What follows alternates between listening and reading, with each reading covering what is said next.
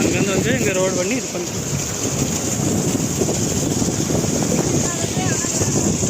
இது ஓடி இதை மேலாடி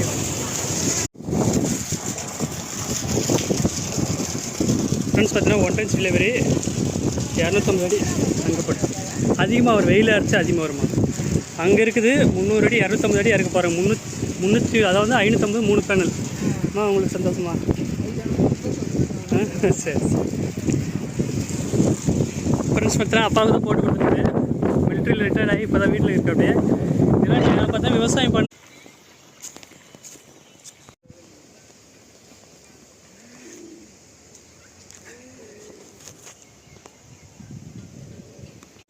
ஹலோ ஃப்ரெண்ட்ஸ், ஜெயம்